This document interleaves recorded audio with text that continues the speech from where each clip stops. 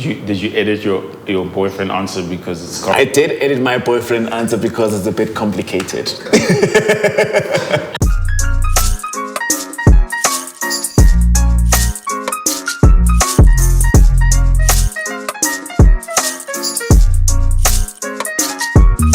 My name is Tshepo Mohlala. I'm the founder and creative director of a brand called Tshepo Jeans. It's actually been in existence since 2015, and I love storytelling, man. Everything that I do, it's all about stories. I use denim as a medium to tell stories. I am from a small town in the far east of Johannesburg called Tsakane. It's a dusty, dingy, dangerous place, but it's a place for me. When I think about it, it's a place where my dreams were created.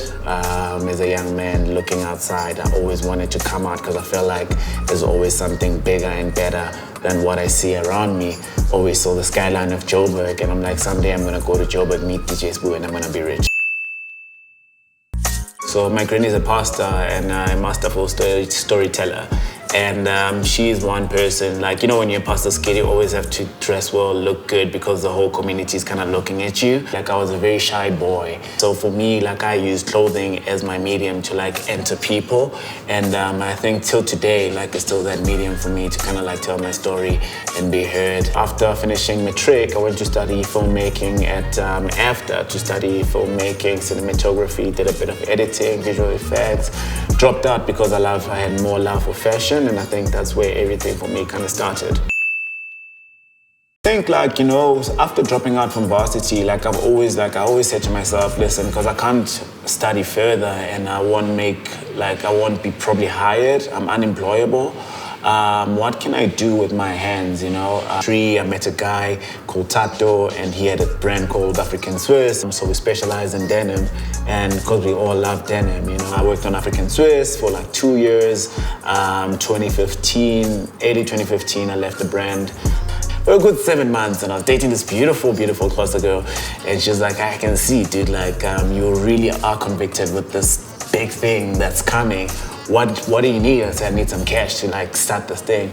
So she gave me a loan for 8,000 Rand, and I started my range, a range of jeans, which I call them the Presidential Slim Fit.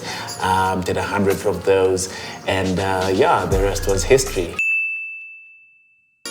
You know, growing up, like, I always looked up to, like, big brands, Dolce & Gabbana, Gucci, Tommy Hilfiger, and for me, I was like, damn, these are just people, you know, and they've designed dreams, you know.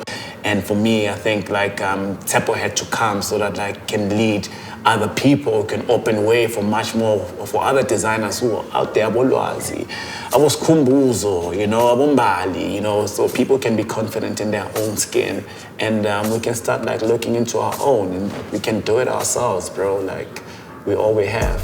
You know, it's changing that mindset, and somebody had to kind of do it. You know, like, Duma paved the way for me. You know, and then there's Rich and Nisi, and then there's Tebe Makuku. Now we are kind of, like, looking back into our names and saying, actually, like there is space for African luxury. You consider everything that goes into a pair of jeans, you consider profits, you consider overheads, costs, and running, and all that stuff, you know? I think for me, like, the biggest thing was the more I started dealing in denim, and the more I started learning and opening myself to the world, I realized, like, for you to be different and for you to understand, you need to go deeper. And it means going into the fabrication, it means going into the agriculture, it means going into every single stage or single step of making a 5-pocket pair of jeans. Every single step for me plays a role. If I can identify where the cotton comes from, if I can identify where the dye comes from, if I can identify who made it for me, how are people treated. You know, I don't work with factories or people, companies that treat their people ill, because, like, that's what fashion is kind of known for, and that's what denim has actually done in the world. It's really created a very harsh industry where people buy a pair of jeans for, like, $50, and they actually don't realize that there are people getting hurt in the middle of the process. So if you keep on supporting those type of brands or those type of businesses, you're actually putting people's life at risk. So for me, we're all about the process. You know, I think most of us, when we start businesses, we kind of think about money and the big things and the Instagram life and the fame and the, you know, take everything away. If you have a good product, man, you're gonna win. You know, good products always like find itself into the market, you know. So for me, I think like I worked on my product for the longest of time. I've been making one fit for the longest of time, and then 2018 I slapped the crown on it and everything changed for us. So it took time to kind of build up to that level. So for us, I remember when 2018, when I just left after slapping a crown on a pair of jeans and posted it on Twitter, there was a storm that like, who's gonna buy Tshepo? And how much is it? They're like, $9.50. Yo, I don't even want it. It's so expensive. And I think for us, like we've doubled our prices and nobody has said anything because of the quality. You know, they try our jeans and they wear them for a couple of times and they come back to buy more because the quality is amazing. I had to work my way up and build a name and build trust and build a community and build clients and build, you know, so today when I can launch a product, I know that there's a couple of people that I can pick up the phone and say, yo, dude, I have a product, but these are people who've gone the journey with me. These are people who have every single item that I've made. So I think it's important to like start small, understand what you're building, have a clear vision, and the money will follow you. Is it challenging to operate in South Africa? First and foremost, we don't have a big textiles industry, so we don't produce our own textiles, which is hard. Like there's only a few mills that are left that produce like really good textiles. Importing textiles or fabric, you know, you get slapped like 40% duties when the fabrics come in, so that your fabric price is expensive. The reality, man, of any industry, of any business is money, right? I think money kind of changes everything. If you don't have money, you can't fund your dreams. But how do you start? You know, I started with 100 pairs of jeans, and each and every pair of jeans that I made sure that it can make me at least 2 more jeans.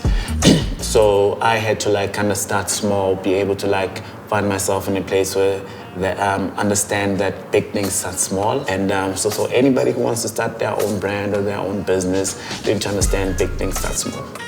The skilled labor is kind of low compared to other places. And that challenge makes everything expensive. So there's only a few people who are good at making stuff. So our output is kind of low. There's a lot of young people who are sitting at home who are not doing anything, you know? So there's a big opportunity to do something here. And manufacturing is one of those industries that can actually change our unemployment rate. 2020, we got an award by Twig magazine. The fact that like we're very sustainable in how we operate from our manufacturing. The fact that our stuff is made by our locals. In 2019, just before the pandemic, we partnered with a school in Amsterdam called Denim City, or Jeans School rather, and brought the master tailor and the founder of the school to come to the atelier and teach the ladies that work for us how to make a pair of jeans, how to take it to the next level, how to make a world-class pair of jeans.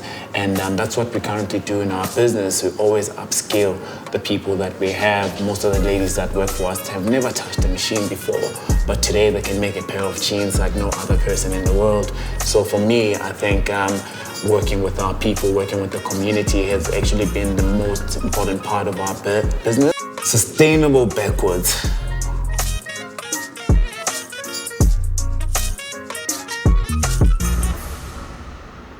E L B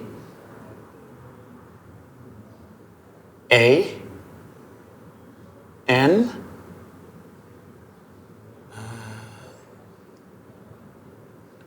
NIAT.